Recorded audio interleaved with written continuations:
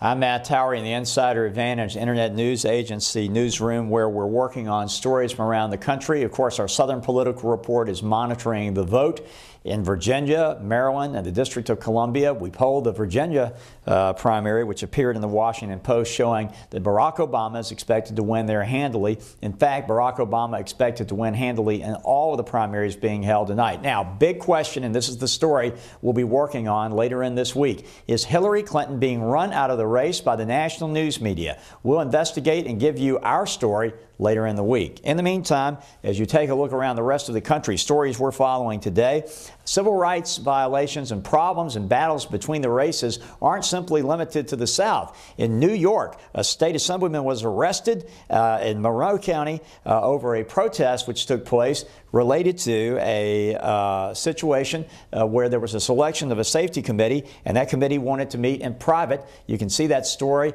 below on our Internet News Agency news link. Watch the story. You'll see that these protests take place all over the country, and there's always the issue of whether or not selection should be made in public or private. Open meetings seems to be an issue that plagues virtually every state and every city. It's always something on the radar screen. Again, another example coming out of New York. Meanwhile, in Alaska, another issue that is certainly a hot topic in legislatures all around the country is ethics. Alaska has a particularly important problem they're dealing with. Apparently, there was only a one-year statute of limitation for filing ethics complaints for violations by politicians. Now they're moving to try to create a 5-year statute of limitations. You'll see that story as well on Internet News Agency. Watch it and click below. And finally, in Washington State, there's a question about random drug testing for police officers. Can they get it done this year? Probably not, but it's an issue they're looking at in Washington State. The trends that we watch around the nation, these are the things that America are talking about, not just what you see on the national networks. These are the things that hit home.